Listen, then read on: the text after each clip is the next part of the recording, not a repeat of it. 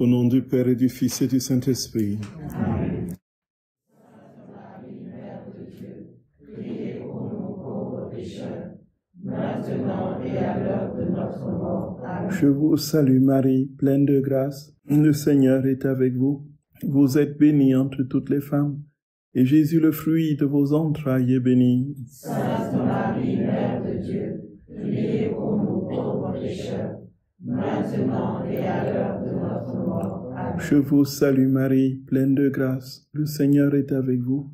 Vous êtes bénie entre toutes les femmes, et Jésus, le fruit de vos entrailles, est béni. Sainte Marie, Mère de Dieu, priez pour nous pauvres pécheurs, maintenant et à l'heure de notre mort. Amen. Gloire soit au Père et au Fils et au Saint-Esprit. Comme il était au commencement, maintenant et toujours, et dans les siècles des siècles. Amen. Ô mon Jésus, pardonnez-nous nos péchés, préservez-nous du feu de l'enfer, et conduisez au ciel toutes les âmes, surtout celles qui ont le plus besoin de votre sainte miséricorde. Ô Marie conçue sans péché, Priez pour nous qui avons recours à vous. ô Marie conçue sans péché, Priez pour nous qui avons recours à vous. ô Marie conçue sans péché, Priez pour nous qui avons recours à vous. que par la miséricorde de Dieu, les âmes des fidèles trépassés reposent en paix. Amen. Au nom du Père et du Fils et du Saint-Esprit. Amen. Chers frères et sœurs bien-aimés dans le Seigneur, nous voulons dire un infini merci à notre Dieu qui veut nous faire entrer plus que jamais dans ce grand et sublime mystère de la communion parfaite avec lui dans sa vie divine. Et nous le remercions chaleureusement de tout notre cœur parce que il nous fait comprendre que ce n'est pas après notre mort que nous allons pouvoir le réaliser. Dès ici-bas, lorsque notre cœur sera totalement uni au sien, notre volonté totalement abandonnée à la sienne, sa vie divine prendra forme en nous et nous serons sur cette terre comme au ciel. Bien sûr, avec les croix, les souffrances, les épreuves, mais notre cœur sera rempli de lui et nous vivrons au fond de notre cœur le ciel, la béatitude des bienheureux. Frères et sœurs d'amour, je voulais déjà nous apaiser et nous rassurer sur la nature de ces écrits du livre du ciel. Et nous savons que ces écrits ont connu différentes péripéties et une approbation générale massive jusqu'en 1938, où ça a été, à cause de certains détracteurs de Luisa Picaretta, les écrits ont été confisqués et puis posés justement dans les archives du Vatican. Et c'est les parents Acuña, José Luis Acuña, ce laïc du Mexique, dont nous avons eu la grâce récemment d'avoir les enfants à la retraite de Baneux, et qui, au contact justement de l'association qui est commencée timidement à Corato, ont été imprégnés des écrits et, grâce à leur évêque au Mexique, il a pu recevoir une lettre pour le cardinal Ratzinger, qui était alors préfet de la Congrégation pour la doctrine de la foi, qui a donc eu la grâce, ou plutôt qui a, José Luis Acuña a eu donc la grâce d'être accueilli par le préfet de la Congrégation pour la doctrine de la foi, qui était alors le cardinal Ratzinger. Le cardinal Ratzinger, effectivement, va sortir les écrits, justement, des archives, et va les lire. Alors, il va lire de la première à la dernière ligne. Et selon ces mots très précisément, il dit que ces écrits doivent être approuvés. Et c'est ainsi qu'il dit que le mieux pour que ce soit connu par l'Église et approuvé, c'est d'engager la cause de béatification de Luisa Picaretta, pour que ces écrits sortent sur la place publique. C'est alors que les écrits, effectivement, sont photocopiés, et la cause de béatification est donc engagée d'abord dans le diocèse de Luisa à Trani. Tout est achevé et envoyé au Vatican. Et puis, au fil des années, il y a effectivement, comme lorsque ça se passe pour toute personne qui a laissé des écrits abondants, il y a un examen minutieux de tous ces écrits. Et donc, il y a un ensemble de questions qui sont posées sur des points d'achoppement ou d'incompréhension à la postulation. Donc, chaque fois, la cause de Luisa étaient donc examinés sous le crible de ces écrits. Et chaque fois, les réponses pertinentes étaient données et permettaient d'avancer dans la cause. Et l'un des moteurs, et le principal d'ailleurs, le seul aujourd'hui, qui a vraiment travaillé à ce que cette cause se débloque et se poursuive, c'est Luigi Borriello, qui est un prêtre carme qui enseigne au Thérésianum à Rome, qu'on a eu la joie de rencontrer dernièrement lors des 160e anniversaire de Luisa Picaretta. C'est lui qui est à l'origine de la reprise de la cause, que ce soit dans les années précédentes ou que ce soit la toute dernière phase qui a enclenché de manière définitive cette lancée vers la béatification.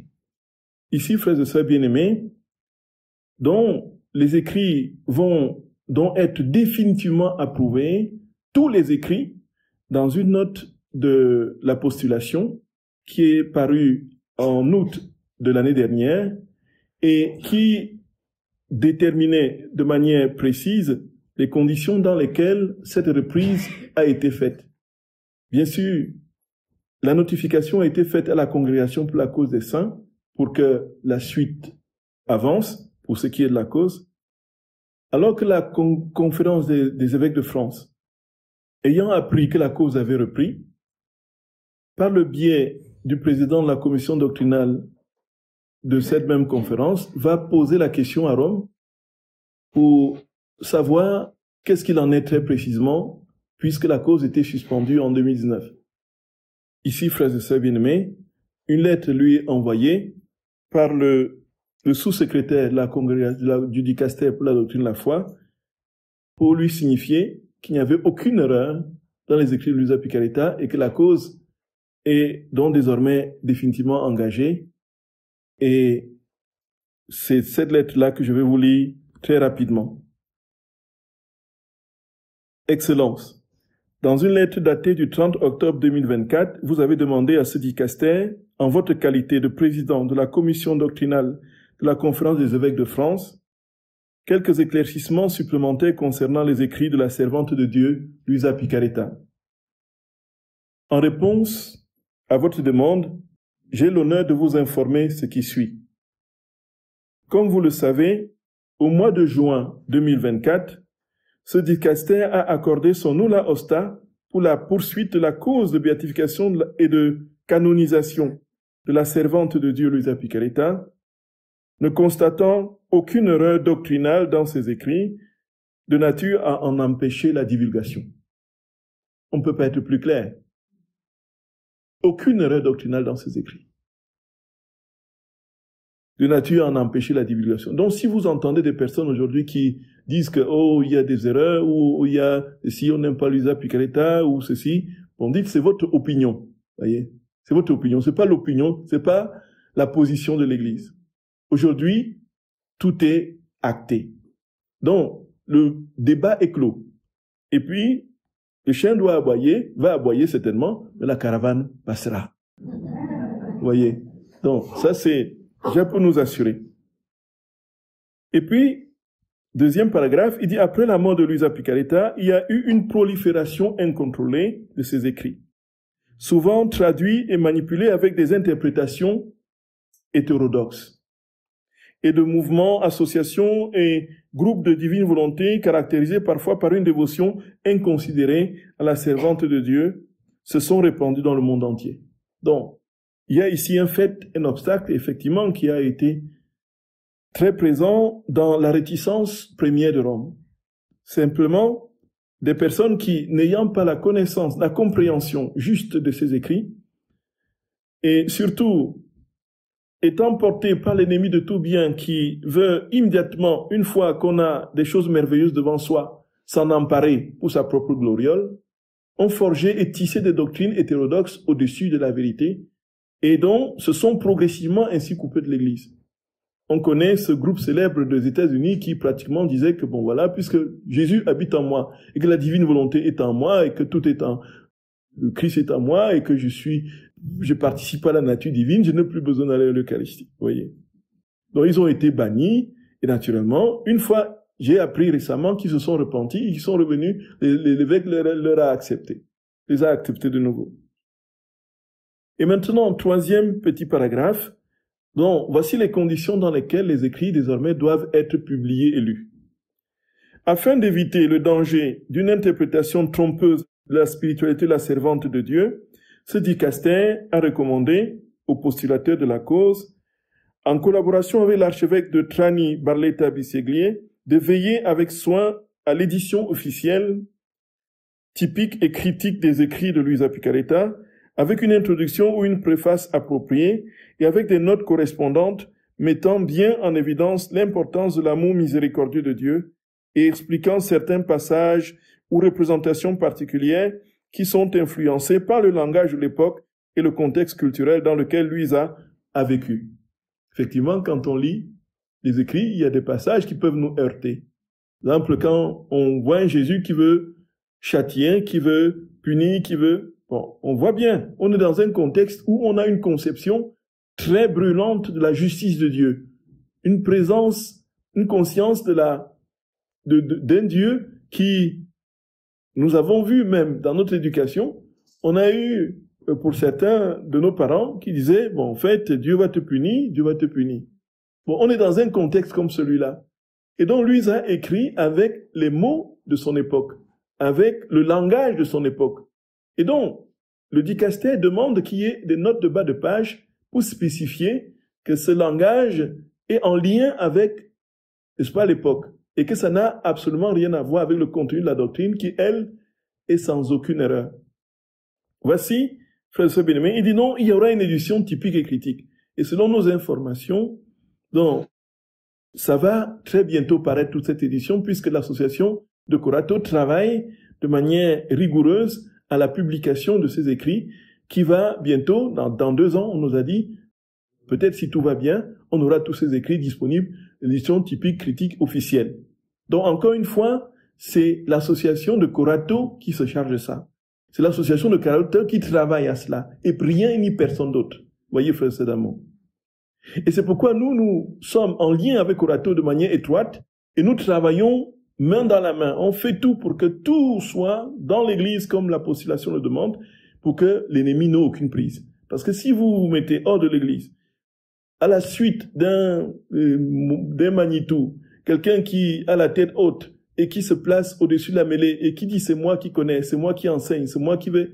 Frères et sœurs bien-aimés, nous allons à notre perte. La vérité, c'est que Dieu a dicté ces vérités à une humble petite fille qui n'avait aucun diplôme. Donc c'est le cœur qui reçoit ces vérités que le Seigneur nous donne. Ainsi donc, tout cela, pour terminer, écoutons bien la chute, tout cela dans le but de transmettre une interprétation correcte de la figure historique et charismatique de la servante de Dieu et de sa spiritualité. Voyez, historique et charismatique. Voyez, c'est du dicaster pour la doctrine de la foi. Mais vous devriez avoir cette lettre sur vous. Si quelqu'un commence à, voyez, dit bon, dis ce que tu penses, voici ce que l'Église a dit. Et comme je disais à table hier, il y a des personnes très très virulentes qui parfois sont montées, sont remontées en bloc de manière irrationnelle contre ceux qui n'ont pas lu, ceux dont ils n'ont pas connaissance. C'est impressionnant. Comment on peut développer une hargne et une haine, à la limite, contre ce qu'on ne connaît pas. C'est ça, en fait, le type même du préjugé et des stéréotypes. Immédiatement, bon, tel il est comme ça, on ne sera jamais comme ça dans telle catégorie de personnes. Mais de quoi, qu'est-ce qu'il y a de bon qui peut sortir de Galilée? Quoi de bon peut sortir de Galilée? Voyez. D'office comme ça, un jugement péremptoire, sans l'humilité d'aborder avec patience, avec un souci de compréhension, les textes, ce qu'on critique, ce qu'on veut critiquer. Ou plutôt, quand on aborde, c'est déjà avec le préconçu, l'a priori défavorable, qui nous pousse tout simplement à glaner ce qui semble ne pas être cohérent, pour mettre bout à bout et dire, ça c'est des C'est un... Voyez. Et ceci, frères et sœurs bien-aimés, je voulais nous apaiser définitivement. Traçons notre chemin. Et puis, mettons-nous bien à l'esprit que ce n'est pas le Seigneur, ce n'est pas nous, ce n'est pas le Seigneur qui va discutailler en nous, voyez.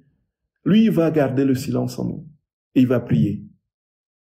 Et celui qui va entrer dans les discutaillements et dans toutes les formes de démonstration, des joutes et tout ça, ce sera notre volonté propre. Ce ne sera pas le Seigneur. Et ça ne portera pas de fruit puisque vous ne pouvez pas convaincre quelqu'un qui est convaincu que ce que vous dites n'est pas vrai. Vous aurez beau faire, vous aurez beau sortir toutes les formes de logique possibles, et vous allez vous épuiser. Et vous allez sortir de là le cœur complètement en lambeaux. L'âme remplie de plus de troubles qu'autre chose. Puisqu'il voudra vous talonner sur tout ce que vous direz. Le Seigneur seul convainc. Voyez, frères et sœurs bien-aimés. Et les âmes sont convaincues dans la prière. Et c'est parfois l'offrande de nos souffrances, l'offrande de nos actes dans la divine volonté, les méditations des heures de la passion, que les âmes sont touchées. Donc je voulais nous apaiser avant de commencer cette retraite. Et frères et sœurs d'amour. Ceci dit, nous avions parlé donc du plan de la retraite hier, et je disais que j'avais beaucoup hésité pour reconduire ce thème de l'écriture. J'en ai parlé à Bruno plusieurs fois. Bon, qu'est-ce que la difficulté, c'était effectivement que l'on se limite simplement au point sur le plan d'une démonstration théorique et intellectuelle. Alors, comme pour faire une forme pour justifier que les écrits sont en conformité avec les textes de l'écriture. Mais la vérité, en définitive, frères et sœurs bien-aimés, c'est que si nous ne comprenons pas, si nous n'avons pas ce fondement, on devra poser le livre du ciel à côté de la Bible sans aucun lien. Donc, c'est pour nous faire comprendre aussi que même si nous allons davantage abondamment parler de ces points de raccordement, ces points de rapprochement, qui peuvent, si on n'est pas vigilant, rester dans la sphère de l'intellect, nous comprenons que les vérités qui sortent de Dieu, encore une fois, c'est lui-même. Et que Dieu, quand il sort dans ces vérités, il accomplit sa propre vie, il produit ses propres vies. Ces vérités donc sont efficaces. Elles ont une puissance de transformation de l'âme. Donc, cela veut dire que si nous le comprenons vraiment, si notre intelligence est éclairée, notre cœur sera transformé. Et il suffit tout simplement qu'il y ait cette disposition du cœur et de l'âme pour accueillir, frères et sœurs bien-aimés, ce que le Seigneur veut nous dire. Et ceci donc, deuxième raison pour laquelle j'hésitais, c'est qu'il y a plusieurs personnes qui ont écouté la retraite sur l'amour, sur J'ai soif, à Roquefort-les-Pins, qui sont là. Donc je vois Armel est là. Armel est là. Oui, tout à fait. Armel est là, tout à fait. Était à Roquefort-les-Pins. Séraphine était à Roquefort-les-Pins. Non, ah oui, d'accord, je crie. Bon, il y a Emma et tout ça. J'ai dit, bon, ces personnes ne vont pas écouter une deuxième fois la même retraite. Bien que la répétition est la mère de la science, et surtout la mère de la foi, puisque chaque jour, nous devons prier pour rester en vie, en communion avec le Seigneur. Mais j'ai dit, il faudrait quand même que l'on établisse ces bases. Ça a été donné une fois à Saint-Joseph d'Alex, avec Philippe et Véronique, et François Gérard. Voilà, frères et sœurs bien-aimés. Donc, nous partons dans l'idée que ce que nous allons écouter va travailler nos âmes et que nous serons vraiment, à la sortie de cette retraite, bien toujours plus ancrés en notre Seigneur, conscients de son amour qu'il nous manifeste et prêts à accueillir cet amour jusqu'aux dernières fibres de notre être. Voilà. Donc, pour revenir, frères et sœurs d'amour, à Luisa Picaretta, il faut dire que c'est une révélation privée. Donc, cela veut dire concrètement que dans l'Église, quand on parle de révélation privée, on est libre d'y croire ou pas. étant donné que la révélation privée, acceptée comme révélation privée, ne l'est que parce qu'elle explicite la révélation publique définitivement close avec le dernier apôtre qui est Jean. Donc, Luisa Picaretta va apporter une lumière nouvelle et absolument déterminante sur la prière du Notre Père. Que ton règne vienne, que ta volonté soit faite sur la terre comme au ciel. Tout comme Sainte Faustine va apporter une lumière absolument éblouissante sur la miséricorde de Dieu. Tout comme Sainte Marguerite Marie Alacoque va apporter une lumière inédite jusqu'alors sur le cœur de Jésus, le sacré cœur de Jésus. Ainsi de suite, ainsi de suite. On peut multiplier à l'infini, justement, les lieux, les explicitations de la révélation publique dans les révélations privées. Et voici donc ce que dit l'article 66 du catéchisme de l'Église catholique. Il dit: l'économie chrétienne étant l'alliance nouvelle et définitive ne passera donc jamais, et aucune nouvelle révélation publique n'est dès lors à attendre avant la manifestation glorieuse de notre Seigneur Jésus-Christ. Nous n'attendons plus de nouvelles révélations. Il n'y a plus de nouvelles révélations publiques, dit le catéchisme, avant la manifestation glorieuse de notre Seigneur Jésus-Christ. Cependant, même si la révélation est achevée, elle n'est pas complètement explicitée. Voilà la différence. Gloria. Même si la révélation est achevée, elle n'est pas complètement explicitée. Il restera à la foi chrétienne d'en saisir graduellement toute la portée au cours des siècles. Donc, c'est tous les jours que le Seigneur nous ouvre les pans de l'Écriture. Gloria. Frères et sœurs d'amour, tout ceci pourquoi? Parce que l'esprit qui a dicté la révélation, c'est un esprit infini. L'Esprit Saint est infini. Qui peut contenir l'Esprit Saint? Même si vous avez réuni 3 milliards ou bien 800 milliards de cerveaux, 1 milliard, des milliards de cerveaux, des milliards de cerveaux, vous ne pouvez pas contenir l'infini. Et donc chaque jour, Dieu se révèle de manière graduelle, progressive, en fonction de ce qui est utile pour nos vies, en fonction de ce qui est nécessaire pour l'avènement de son règne, en fonction de ce qui est nécessaire et déterminant pour que sa gloire advienne dans les cœurs. Voyez, frères et sœurs d'amour. Voyez, frères et sœurs bien-aimés. Cela veut dire très concrètement que si vous lisez l'Écriture, chaque fois que vous revenez sur la Bible, dans la Bible, vous allez trouver, vous revenez sur le même passage, vous trouverez un nouveau sens. Vous revenez sur le même passage, vous trouvez d'autres sens. Parce que celui qui a dicté ces écrits est un esprit infini. Et donc les sens ne peuvent pas être rétrécis et limités. Ils doivent tout aussi correspondre à l'esprit de celui qui l'a dicté. Les sens doivent être infinis. Vous lisez un texte de la Bible, vous revenez le lendemain, ça vous parle autrement. Le surlendemain, ça vous dit autre chose. C'est parce que c'est vivant. La parole de Dieu est vivante. Elle est vivante, frères et sœurs d'amour. Elle est vivante. Ça vit comme les champignons, là, voyez.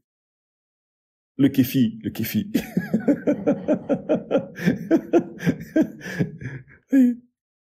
Ça se prolifère, ça vit. Vous revenez, vous trouvez, ça a de nouveaux poussées. Il y a de nouvelles pousses, ainsi de suite.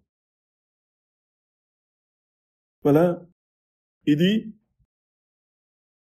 au fil des siècles, il y a eu des révélations dites privées, dont certaines ont été reconnues par l'autorité de l'Église.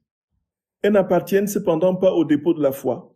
Leur rôle n'est pas d'améliorer ou de compléter la révélation définitive du Christ, mais d'aider à en vivre plus pleinement à une certaine époque de l'histoire. Guidé par le magistère de l'Église, le sens des fidèles sait discerner et accueillir ce qui, dans les révélations, constitue un appel authentique du Christ ou des saints ou de ses saints à l'Église. Donc, voyons bien. Il n'y aura plus de révélations qui viennent, soi-disant, améliorer ou compléter la révélation définitive du Christ. Cela veut dire très concrètement, frères et sœurs bien-aimés, que les écrits de Luisa Picaretta explicite seulement ce qui est déjà contenu dans l'Écriture. Et c'est ce que nous allons voir, frères et sœurs d'amour, très timidement, de manière très partielle, au cours de cette retraite, avec les grands thèmes de la divine volonté. Nous commencerons donc par la création, puisque tout commence par là. Et nous allons achever par ce don de la divine volonté et comprendre un peu ce que c'est et trouver dans l'Écriture où les trouver, effectivement, ce que Jésus dit est explicite. Et nous allons comprendre que les phrases laconiques, très brèves de la Bible vont trouver un sens et une explicitation absolument phénoménale dans les écrits du livre du ciel. Frères et sœurs d'amour, la première chose, c'est de comprendre que tout ce que notre Seigneur a fait et tout ce qu'il va continuer de faire dans nos vies, ce sera par amour, puisque tout a commencé dans l'amour et tout s'achèvera dans l'amour. Dans le livre de la Genèse, frères et sœurs d'amour, nous pouvons lire Genèse au chapitre 1. Au commencement, Dieu créa le ciel et la terre. La terre était déserte et vide. La ténèbre à la surface de l'abîme. Le souffle de Dieu planait à la surface des eaux. Et Dieu dit, que la lumière soit, et la lumière fut. Dieu vit que la lumière était bonne. Dieu sépara la lumière de la ténèbre. Dieu appela la lumière jour et la ténèbre, il appela nuit. Il y eut un soir, il y eut un matin, ce fut le premier jour. Voilà la genèse de la création. Alors, voyons bien les mots que notre Seigneur, que l'auteur utilise. Dieu dit qu'il y ait au firmament, au ciel, des eaux qui séparent les eaux d'avec les eaux. Dieu fit le firmament, il sépara les eaux inférieures du firmament avec les eaux supérieures. Il en fit ainsi. Dieu appela le firmament ciel. Il y eut un soir, il y eut un matin.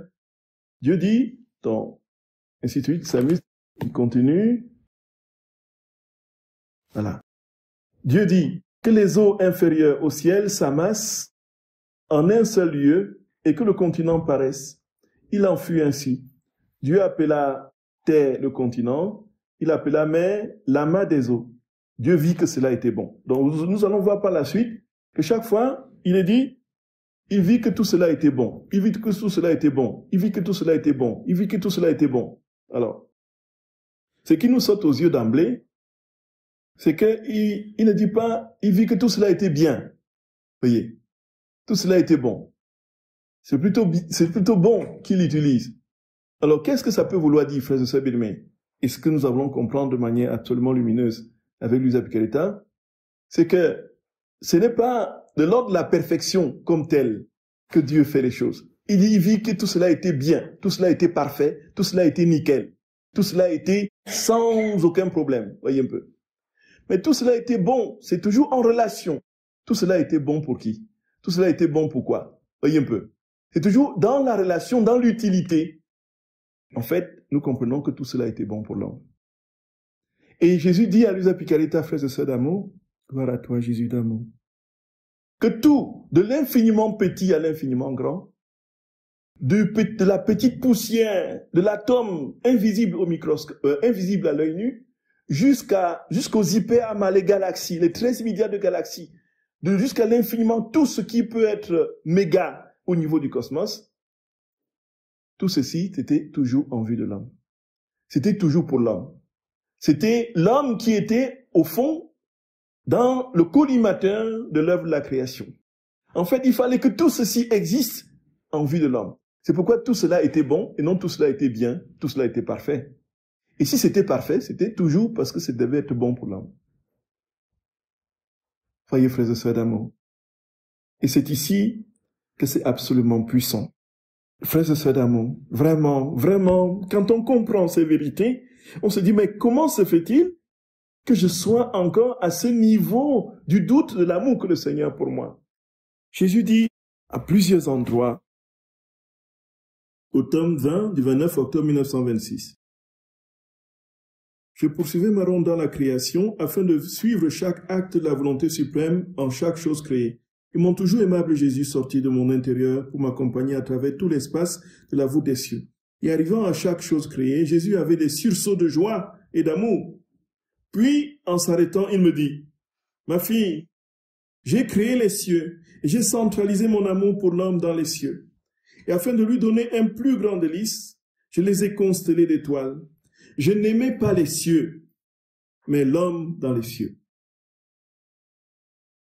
Et c'est pour lui que je les ai créés. Combien mon amour était grand et fort en étendant cette voûte azurée par-dessus la tête de l'homme, ornée de plus étincelantes étoiles. » Quand vous êtes en avion, vous voyez frère et bien-aimé, ces nuages en dessous de la voûte, vous êtes au-dessus des nuages, vous voyez, c'est impressionnamment d'une beauté. Et Jésus dit, j'ai étalé cela au-dessus de la tête de l'homme pour lui témoigner, pour lui dire, mon amour, continuons. Donc, combien mon amour était grand et fort en étendant cette voûte azurée par-dessus la tête de l'homme, ornée des plus étincelantes étoiles, comme un pavillon tel que ni les rois ni les empereurs ne peuvent en avoir de semblable. Mais je ne me suis pas contenté de centraliser mon amour pour l'homme dans les cieux, qui devait lui servir de pur délice. Voulant avoir mon délice d'amour avec lui, j'ai voulu créer le soleil en centralisant tant d'amour pour l'homme dans ce soleil. J'aimais l'homme dans le soleil et non le soleil. Voyez, frère bien-aimé. Donc, en fait, dans tout ce qu'il a créé, c'est l'homme qu'il aimait. Il n'aimait pas ce qu'il a créé comme tel. C'est-à-dire que les choses sont créées en vue de l'homme.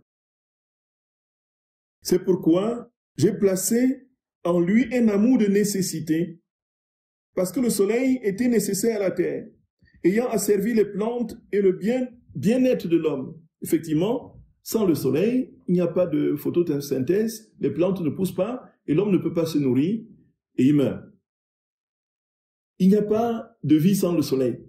Et donc, il a créé le soleil parce qu'il prévoyait la survie de l'homme. Amour de lumière qui devait l'illuminer, amour de feu qui devait le réchauffer, et tous les effets que produit cette sphère et qui sont innombrables. Un miracle continuel placé dans la voûte des cieux qui descend avec sa lumière pour le bien de tous.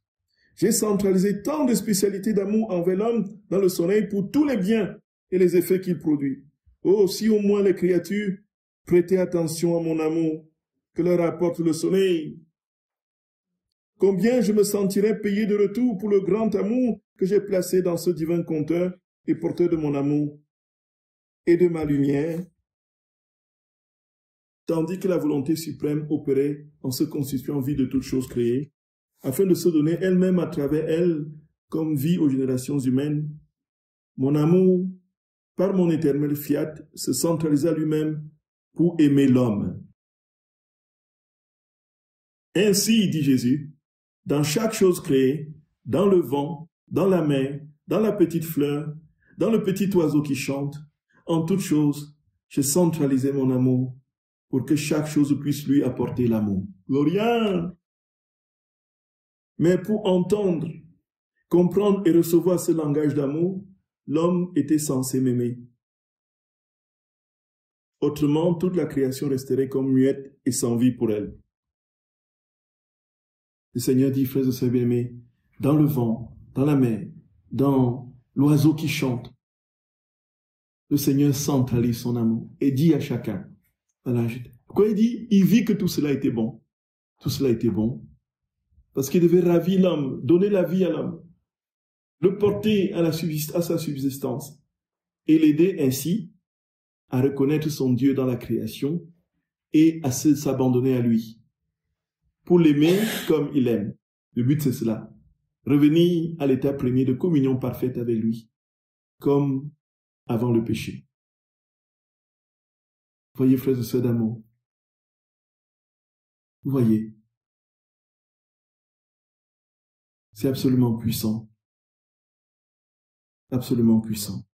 Et Jésus va plus loin encore. Quand il parle de ce soleil, dans un texte que nous connaissons maintenant très bien, il dit, c'est au tome 11 du 23 avril 1912,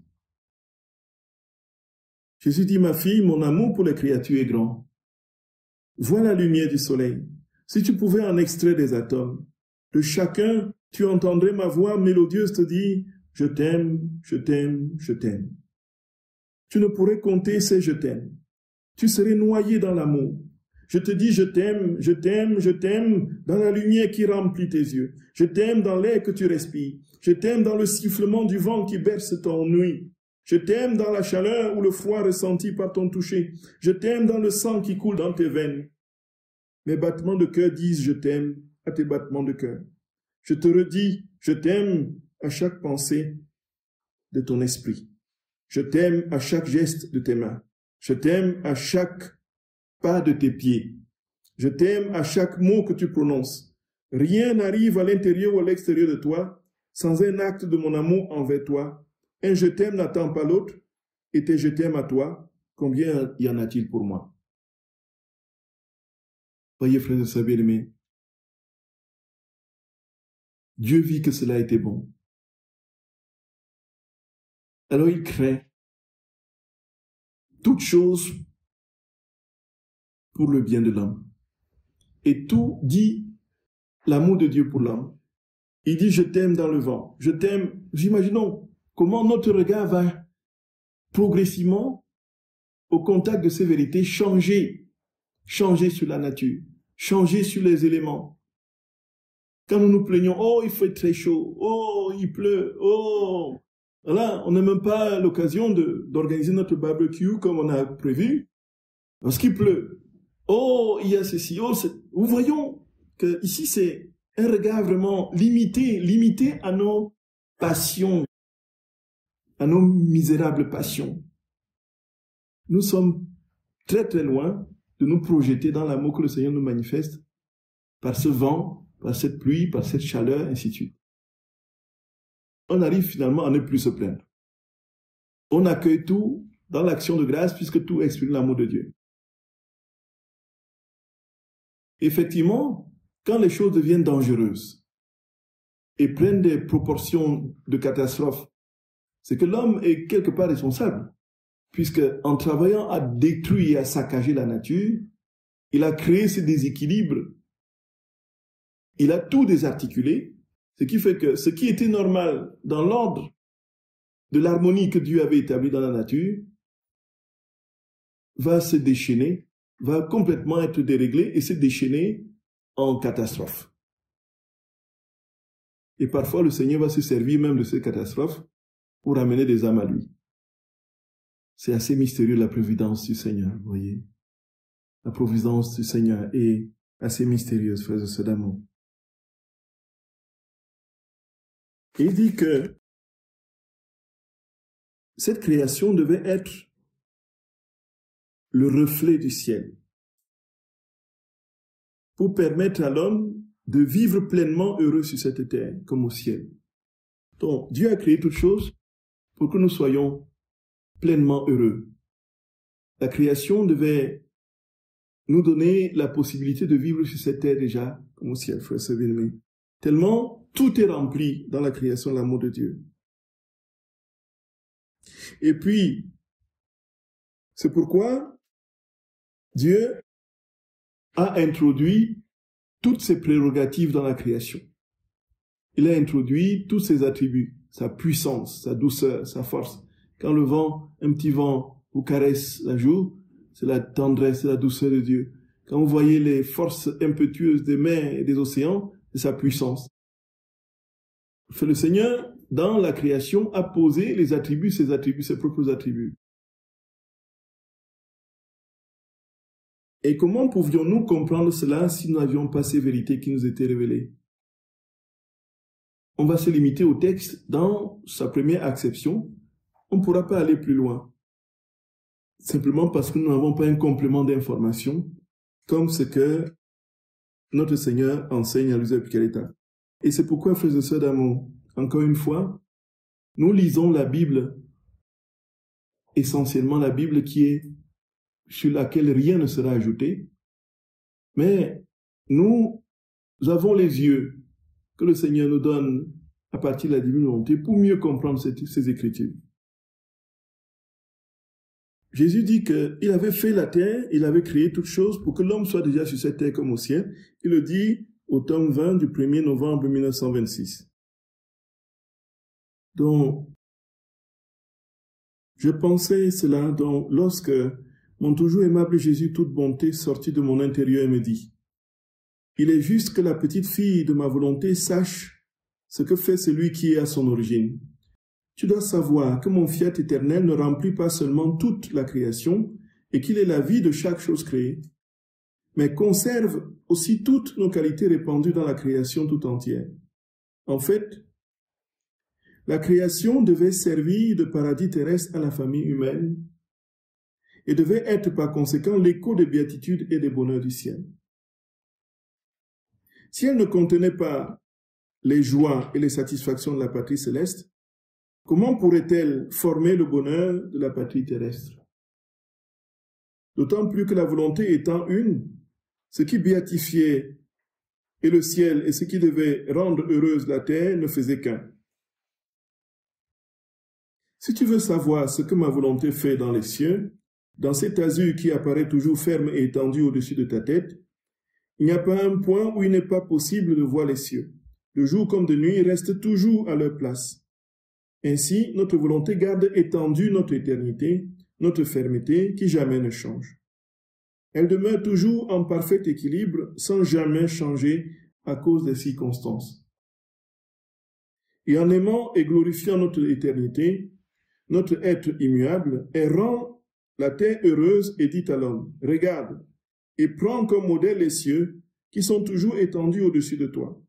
Sois toujours ferme dans le bien, tout comme je suis toujours étendu ici pour te protéger, afin que toi aussi, comme un deuxième ciel peuplé d'étoiles, qui à tes yeux semble si bien relié au ciel que l'on peut dire que les étoiles sont les fils des cieux, pour que tu sois également ferme dans le bien, et que les cieux de ton âme soient constellés d'étoiles, comme d'autant de filles nées de toi. » Seigneur dit, regarde ce ciel au-dessus de toi. Regarde comment il est stable. Regarde comment il est constant. Le ciel ne dit pas un jour, « Oh, je veux me retirer maintenant. » Et puis, s'il se retirait, frères et sœurs bien-aimés, qu'est-ce qui devait advenir sur la terre? La couche d'ozone qui essaie de protéger les rayons ultraviolets, la surface de la terre, étant absente, nous serions calcinés en une fraction de seconde. Mais la stabilité du ciel au-dessus de nous nous dit la constance de Dieu. Dieu jamais ne change. Dieu ne change jamais. Il ne dit pas un jour je vais t'aimer, un jour je t'aime moins, un jour je t'aime plus, comme nos amours fluctuants et misérables. Nous sommes fous d'amour. Le premier jour, on est fous d'amour, on est fous de ma chérie, mon chéri. Je mourrai pour toi. Je vais te donner tout. Je suis prêt à mourir. Je suis.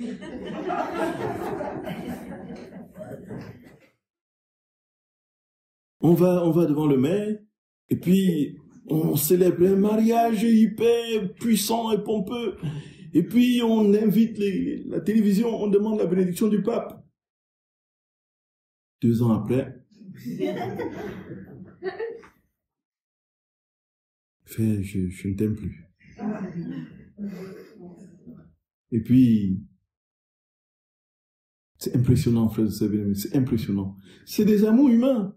Des amours humains. Dieu jamais ne dit, aujourd'hui, je vais être comme ça et demain, je vais changer d'avis. Non, c'est nous qui changeons. Dieu, lui, ne change pas. Et son amour est parfait, éternel, constant comme le ciel au-dessus de nos têtes. Le soleil ne dit pas un jour, je vais cesser de briller, et puis un autre jour, je vais briller un tout petit peu plus, et puis je vais augmenter de volume le 3e jour. Non, non, le ciel est con. Le soleil a la même lumière, la même constance dans l'effusion de sa lumière. Et Jésus dit dans la création, il a ainsi mis les choses, il a ainsi placé les choses de manière stable pour traduire sa constance, pour traduire une de ses prérogatives. Et nous voyons bien, frères et sœurs d'amour, c'est exactement la même chose pour notre vie spirituelle. Nous sommes parfois, quand nous sommes devant des vérités, ou encore quand le Seigneur nous saisit de manière singulière, dans une intimité profonde avec lui, on prend des grandes résolutions. On dit, ah, désormais, je vais prier des heures je vais prier 2 heures par jour, prier 3 heures par jour. Et on commence, je veux passer la nuit à adorer. Oh, je vais maintenant, là, je devais faire comme le curé d'Ars, je vais dormir sur le sol. Oui, ça c'était moi au début, quand j'étais jeune. Oui. Et puis, me coucher sur le sol nu comme ça, et puis jusqu'à ce que je commence à avoir des céphalées, des mal de tête, des maux de tête d'une violence. Et dire, ah non, c'est pas ce que Dieu veut. C'est pas ce que Dieu attend de moi. Voyez, notre volonté propre nous pousse à des décisions, à des actes héroïques qui ne sont pas discernés. Et on dit ceci, et puis le lendemain, 2 jours après, flop, ça a déjà fait flop. C'est notre manière de fonctionner. Alors, nous ne pouvons pas grandir dans la vie d'intimité avec le Seigneur, de cette croissance dans sa sainteté, dans la divine volonté, s'il n'y a pas de constance dans nos actes en lui. Il y a cette constance qui est nécessaire, qui est le cadre, qui est la structure même de notre évolution. On ne peut pas grandir en sainteté, quelle que soit la nature de cette sainteté, s'il n'y a pas une forme de constance, s'il n'y a pas la constance dans nos actes en Dieu. Et comme on dit aussi, frères et sœurs bien-aimés, l'exemple que l'on prend souvent, c'est la manne au désert. Jésus disait quoi? Dieu disait au peuple d'Israël, la manne, vous la mangez, vous ne gardez rien pour le lendemain. Et tous ceux qui travaillaient à cacher la manne pour toujours se soucier de réserver les choses, vous voyez, le lendemain, tout était pourri. De même, on ne peut pas faire des réserves de prière. On ne peut pas dire, je priais déjà 4 heures hier, je vais faire seulement une demi-heure aujourd'hui. Mais je fais un quart d'heure. On ne fait pas de réserve de prière. C'est-à-dire que c'est à chaque instant que nous devons être dans la présence du Seigneur. Et dans cette vie, dans la divine volonté, nous avons la grâce d'être continuellement établis par nos actes, dans notre être tout entier, dans cette vie de Dieu. Et Jésus dit, toute la création dit donc, non seulement l'amour que j'ai pour vous, mais aussi traduit mes attributs. Tout, comme dit Jésus, vous atomisez le soleil, tous les photons du soleil. La moindre petite parcelle de photons te dit, je t'aime, je t'aime, je t'aime. Si Jésus te dit, je t'aime, dans le moindre petit, si on pouvait être.